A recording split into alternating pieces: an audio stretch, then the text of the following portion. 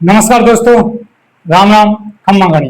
मैं आपका अपना भाई ओमेंद्र सिंह आप सभी का स्वागत करता हूं मेरे YouTube चैनल पढ़ाई चौक पर और आशा करता हूं कि आप सभी की पढ़ाई अच्छी चल रही होगी। तो कल की क्लास में हमने पढ़े थे पुरुषवाचक सर्वनाम के भेद, उत्तम पुरुष, मध्यम पुरुष और अन्य पुरुष। आज पढ़ेंगे हम निजवाचक। दूसरा है हमारा निजवाचक सर्वनाम। निजवाचक सर्वनाम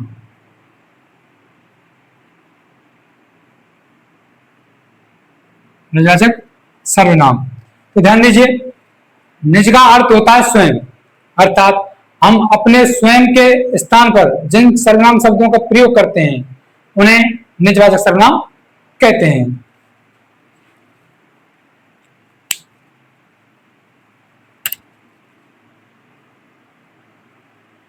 निज का अर्थ है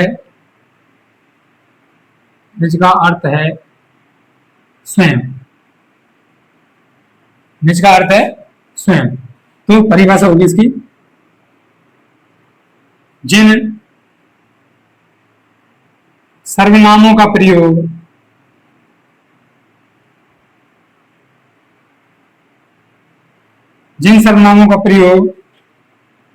अपने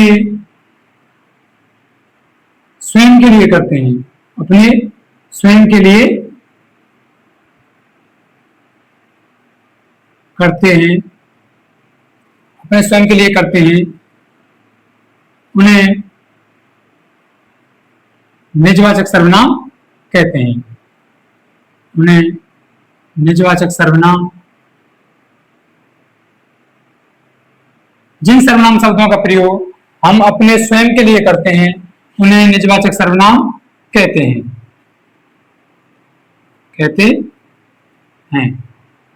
जैसे स्वयं, स्वतः, खुद, आप, ये सभी निजवाचक सर्वनाम के भेद हैं। जैसे इसका वाक्य बनाते हैं तो हम पहले ध्यान दीजिए, जो स्वयं शब्द है, वह संस्कृत भाषा का शब्द है। संस्कृत भाषा का शब्द है। और जो स्वतः शब्द है वो भी संस्कृत भाषा का शब्द है। संस्कृत भाषा का शब्द है। और जो खुद शब्द है, खुद शब्द आपका अरबी भाषा का शब्द है। अरबी भाषा का शब्द है। और जो आप शब्द है, मैंने आपको कल भी बताया था, जो ये आप शब्द है वो उर्दू भाषा का शब्द है। उर्दू भाषा का शब्द है। अब ध्यान दीजिए वाक्य, पहला वाक्य है इसका, हम स्वतः आ गए थे। हम स्वतः ही आ गए थे। जो हमने यह शब्द अपने लिए प्रयोग किया है तो ये निजवाचक सर्वनाम है। जैसे दूसरा वाक्य आपका, मैं खुद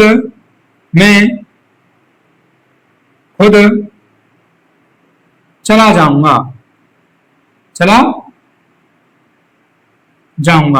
यहां पर भी मैंने अपने लिए ये प्रयोग किया है, जो खुद शब्द है, तो ये भी निजवाचक सर्वनाम होगा। जैसे तीसरा वाक्य है इसका, आप भला तो जग भला। आप भला तो जग भला, यहां पे भी अपने खुद के लिए प्रयोग किया है आप शब्द का। चौथा वाक्य है आपका, मैं स्वयं चला जाऊंगा।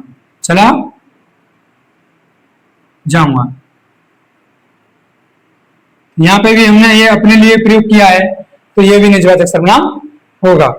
तब तक के लिए मोटिवेशन शायरी कि खोल दे पंख मेरे अभी और उड़ान बाकी है। कि खोल दे पंख मेरे अभी और उड़ान बाकी है। जमीन नहीं है मंजिल मेरी, कि जमीन नहीं है मंजिल मेरी, अभी तो पूरा आसमान बाकी है। तो तब तक के लिए ये उतारिए, इससे आगे और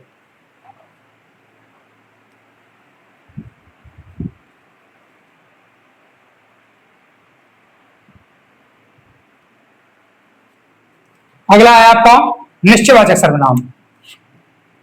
तीसरा है आपका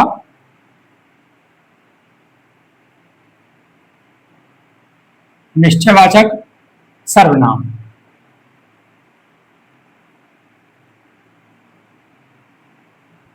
ध्यान दीजिए, परिभाषा होगी, जो सर्वनाम किसी वस्तु, पशु और पक्षी के संदर्भ में आते हैं उन्हें निश्चयवाचक सर्वनाम कहते हैं।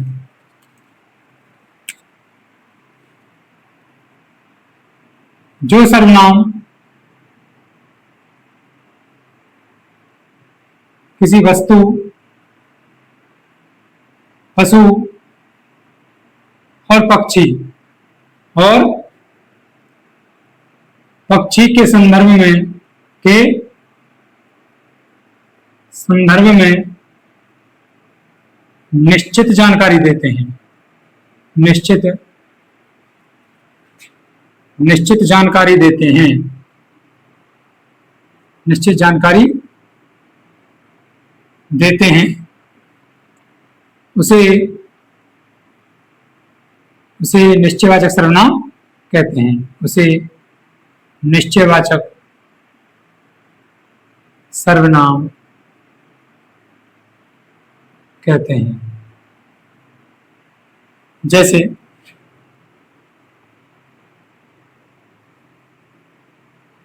यह, ये, वह, वे, उसे, उन्हें, इन्हें, इसे, ये हमारे निश्चयवाचक सर्वनाम है। इसके वाक्य देखते हैं हम।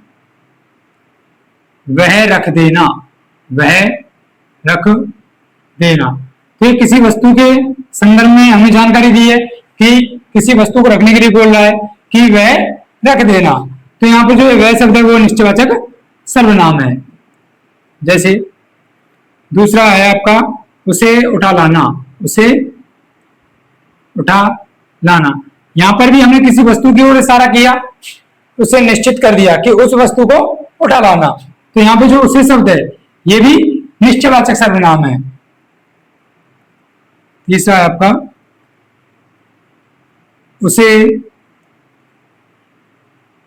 मेज पर रख देना, उसे मेज पर रख देना, जो ये उसे शब्द है ये भी यहाँ पर निश्चयवाचक सर्वनाम है। किसी वस्तु के बारे में बताया गया है कि उस वस्तु को उस मेज पर रख देना, तो ये उसे शब्द है, ये भी निश्चयवाचक सर्वनाम है।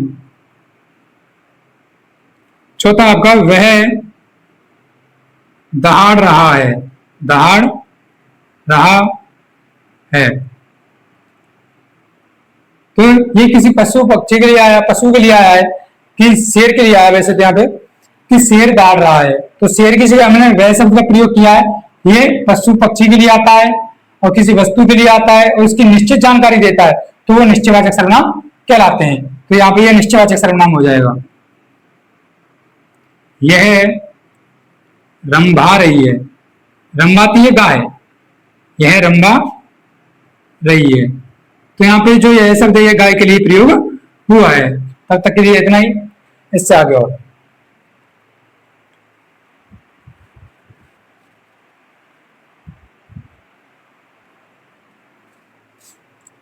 अगला है आपका अनिश्चयवाचक।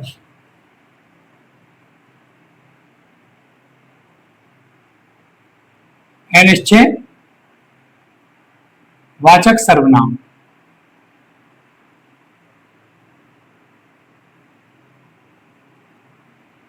तो इसकी परिभाषा होगी, जो सर्वनाम किसी व्यक्ति या वस्तु के संदर्भ में अनिश्चित जानकारी देते हैं उन्हें अनिश्चयवाचक सर्वनाम कहते हैं।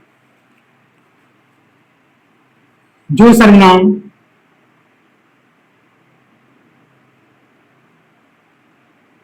किसी व्यक्ति या वस्तु के संदर्भ में के संदर्भ में अनिश्चित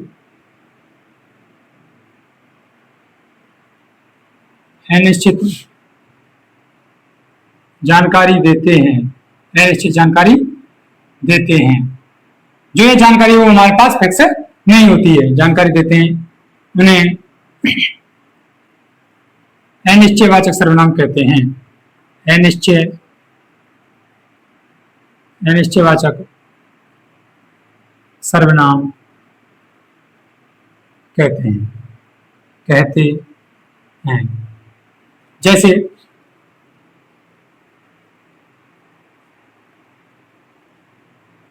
कोई और कुछ, कोई और कुछ। जैसे एक सूचना लिखते हैं यानी कि नोट। कोई, जो कोई शब्द है वो व्यक्ति के संदर्भ में आएगा, कोई व्यक्ति के संदर्भ में आएगा, व्यक्ति के संदर्भ में आएगा। और जो कुछ शब्द है वो आपका वस्तु के संदर्भ में आएगा, वस्तु के संदर्भ में आएगा, वस्तु के संदर्भ में आएगा। तो इसके वाक्य देखते हैं। और इससे पहले एक चीज और कि कोई और कुछ, कोई और कुछ उर्दू भाषा के आगत सर्वनाम है, आगत सर्वनाम है, आगत सर्वनाम है। जो ये कोई शब्द है और कुछ शब्द है वो उर्दू भाषा के आगत सर्वनाम है। तो आइए देखते हैं इसका पहला वाक्य। दरवाजे पर कोई आया है, दरवाजे पर कोई आया है, कोई व्यक्ति आया है, अर्थात हमें ज्ञात नहीं है कि उस दरवाजे पर कौन आया है, इसलिए यह अनिश्चयवाचक सर्वनाम है। दूसरा है आपका कोई पुकार रहा है, कोई पुकार रहा है। हमारे पास निश्चित जानकारी नहीं है कि हमें कौन पुकार रहा है, तो इसलिए अनिश्चयवाचक सर्वनाम है। तीसरा आपका रास्ते में कुछ खा लेना, कुछ खा लेना। इससे हमें ज्ञात होता है जो खाने की चीज, जो खाने की है वो कोई वस्तु है, जो वस्तु वो कोई खाने की है। तो यहाँ पे वस्तु के लिए कुछ शब्द का प्रयोग हुआ है, तो ये अनिश्चयवाचक सर्वनाम है। जैसे चौथा है आपका घर में कुछ, घर में कुछ दिखाई दिया था, दिखाई दिया था। क्या दिखाई दिया था? कोई वस्तु दिखाई दी थी। तो ये चीज हमारे पास फिक्स नहीं है, तो ये हमारे अनिश्चयवाचक सर्वनाम है। तब तक के लिए ये कार्य, इससे आगे और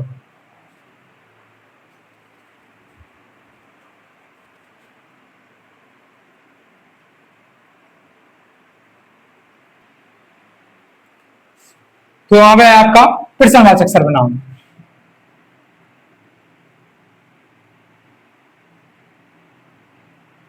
प्रश्नवाचक सर्वनाम, ध्यान लीजिए, इसकी परिभाषा है जिन सर्वनामों के माध्यम से किसी व्यक्ति, वस्तु, स्थान से संबंधित सवाल किए जाने का बोध होता है उन्हें प्रश्नवाचक सर्वनाम कहते हैं। तो देखते हैं, जिन सर्वनामों के माध्यम से, सर्वनामों के माध्यम से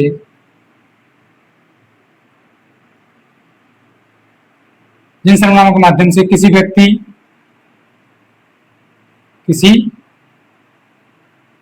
व्यक्ति, वस्तु, स्थान आदि इत्यादि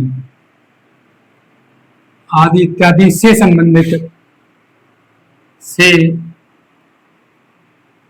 संबंधित सवाल किए जाने का बोध होता है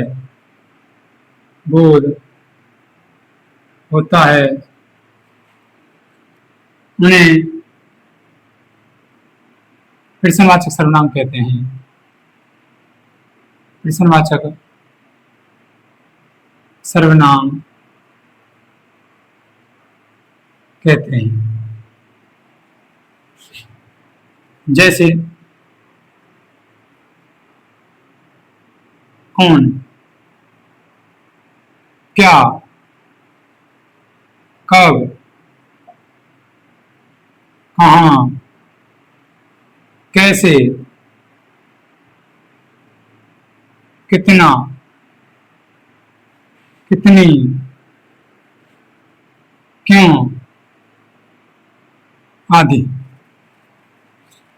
कौन, क्या, कब, कहाँ, कैसे, कितना, कितनी, क्यों आदि, ये सभी हमसे सवाल करते हैं तो तभी ये प्रश्नवाचक सर्वनाम कहलाते हैं। तो ध्यान दीजिए, जो कौन शब्द है, कौन शब्द व्यक्ति के संदर्भ में आता है, व्यक्ति के संदर्भ में आता है। और जो ये क्या शब्द है, जो ये क्या शब्द है वो आपका कारण और वस्तु के संदर्भ में आता है, कारण और वस्तु के संदर्भ में आता है। और जो आपका ये कब है, कब आपका समय और काल के संदर्भ में आता है, समय और काल के संदर्भ में आता है। जो कहाँ शब्द है बेटा, कहाँ आपका स्थान के संदर्भ में आता है, कहाँ आपका स्थान के संदर्भ में आता है। और जो आपका कैसे है, ये आपका फर्स्ट, सेकंड, ये आपका थर्ड, ये आपका फोर्थ, ये आपका फिफ्थ। ये कैसे है वो आपका आता है रीति और कारण के संदर्भ में, रीति और कारण के संदर्भ में। छठा है आपका कितना या कितनी, कितना या कितनी, ये आपके मात्रा के संबंध में आते हैं, किसी वस्तु की मात्रा के संदर्भ में आते हैं। अगला है आपका क्यों, ये आपके कारण के संबंध में आते हैं, कारण के संबंध में आते हैं। तो जैसे इसके वाक्य देखते हैं, पहला वाक्य है इसका, परीक्षा कब होगी, कब होगी। यहाँ पे कब है, ये समय और काल के संदर्भ में आता है, तो यहाँ पे समय पूछा गया है कि परीक्षा कब होगी। दूसरा है आपका आगरा कौन जाएगा, आगरा कौन जाएगा। यहाँ पे किसी व्यक्ति के बारे में पूछा गया है कि आगरा कौन जाएगा। तीसरा है आपका क्या आपने उपन्यास पढ़ा था। जो क्या है वो कारण और वस्तु के संदर्भ में आता है। यहाँ पे उपन्यास के बारे में पूछ रहा है कि आपने उपन्यास पढ़ा था। चौथा है आपका अध्यापक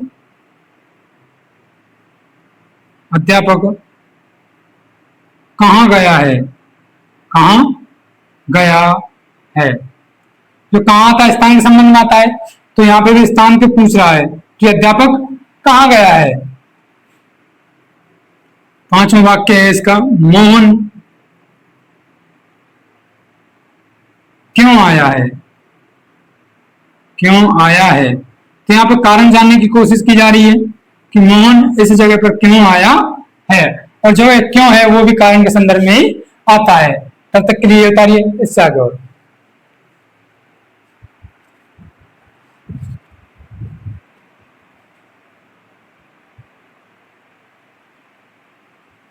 अगला है आपका संबंधवाचक।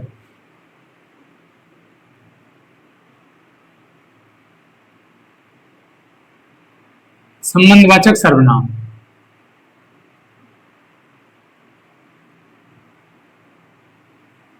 तो इसकी परिभाषा होगी, जो सर्वनाम दो पदों में संबंध स्थापित करते हैं उन्हें संबंधवाचक सर्वनाम कहते हैं। जो सर्वनाम दो पदों में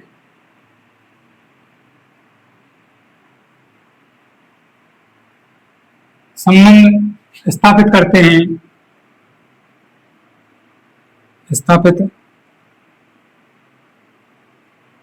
करते हैं उन्हें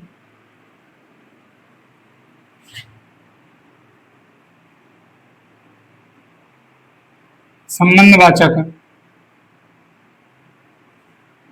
सर्वनाम कहते हैं। जैसे जो, सो, जिसका, जिसकी, उसकी,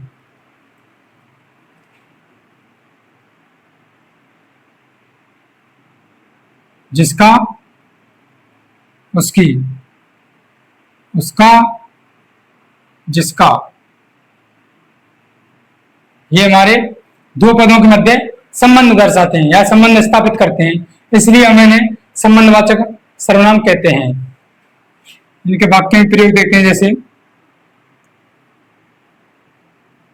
जो मेहनत करेगा, जो मेहनत करता है, जो मेहनत करता है, उसकी सब प्रशंसा करते हैं।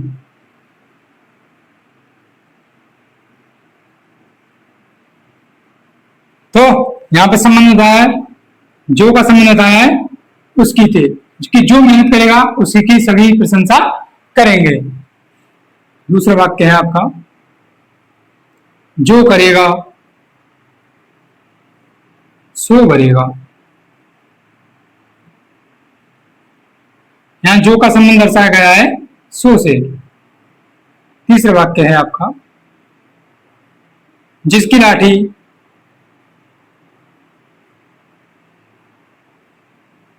उसकी भैंस। यहां पे जिसकी का संबंध दर्शाया गया है उसकी से। तो ध्यान दीजिए, तो दो पदों में संबंध स्थापित करते हैं उन्हें संबंधवाचक सर्वनाम कहते हैं। तो एक ध्यान दीजिए, नोट डालिए। नोट में हम पहला नोट डालेंगे कि जैसा वैसा, जैसी वैसी, जैसा जैसा वैसा जैसी वैसी विशेषण पद हैं, विशेषण पद हैं। ये विशेषण पद हैं, इन्हें सर्वनाम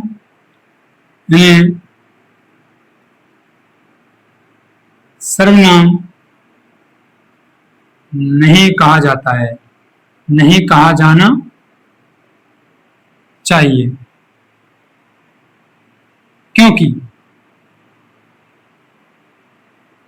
क्योंकि ये विशेषता को बतलाते हैं, क्योंकि ये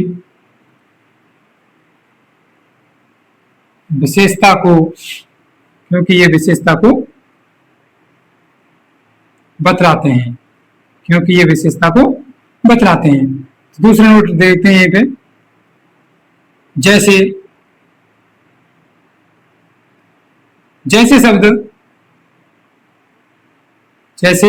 शब्द क्रिया विशेषण का उदाहरण है। क्रिया विशेषण का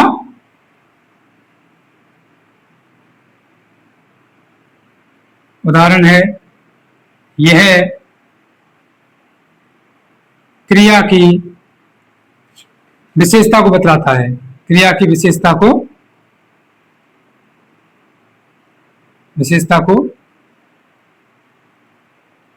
बतलाता है। इसे सर्वनाम नहीं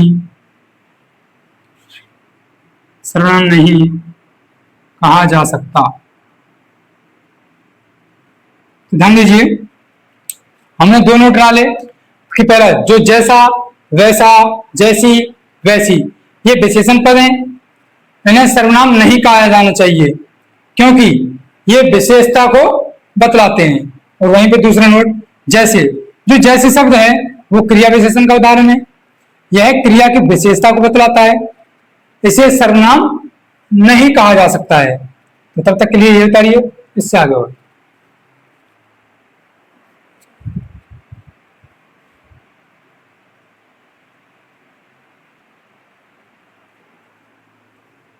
तो यहां पर तुम्हारे सर्वनाम समाप्त होते हैं, परंतु समाप्त होने से पहले एक चीज और पढ़ लेते हैं हम कि संयुक्त सर्वनाम, जब दो दो सर्वनाम एक साथ आ जाते हैं तो उन्हें संयुक्त सर्वनाम कहते हैं। एक चीज और पढ़ लेते हैं इसमें, संयुक्त सर्वनाम। ध्यान दीजिए, संयुक्त का शाब्दिक अर्थ है जुड़ा हुआ, संयुक्त का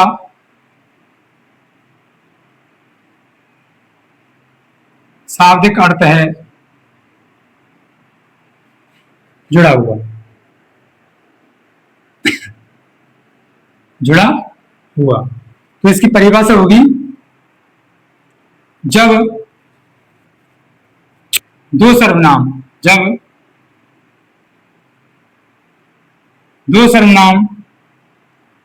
एक साथ आ जाए, जब दो सर्वनाम एक साथ आ जाए तो उन्हें संयुक्त सर्वनाम कहते हैं, संयुक्त सर्वनाम कहते हैं, संयुक्त सर्वनाम कहते हैं। जैसे कोई ना कोई, कोई ना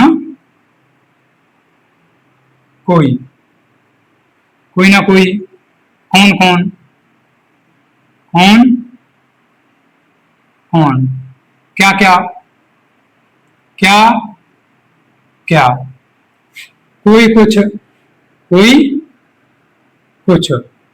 जब हमारे दो सर्वनाम एक साथ आते हैं उन्हें संयुक्त सर्वनाम कहते हैं। तो एक वाक्य देखते हैं, पहला है आपका, रास्ते में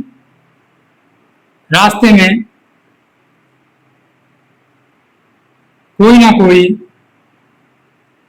कोई ना कोई जरूर मिलेगा, कोई ना कोई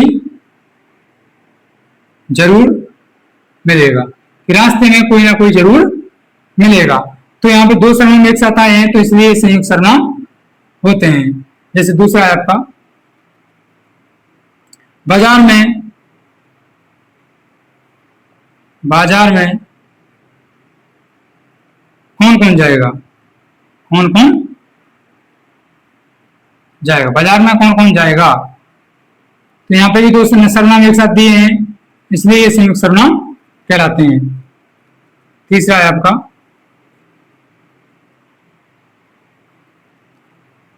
रास्ते में कोई कुछ कह रहा था, कोई कुछ कह रहा था, रास्ते में कोई कुछ कह रहा था। तो दो सर्वनाम एक साथ यहां पे भी आए हैं तो ये भी संयुक्त सर्वनाम है। तो एक नोट डालते हैं, नोट, संयुक्त